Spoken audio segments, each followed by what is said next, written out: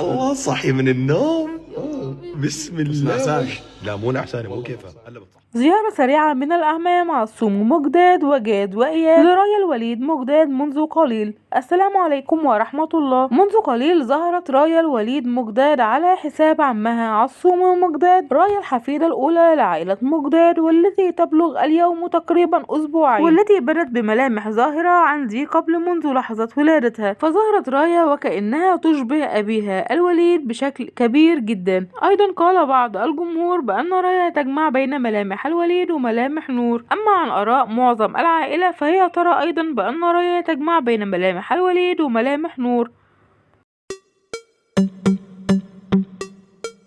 متابعينا، خلص الفيديو، نرجو ان هو يكون نال اعجابكم.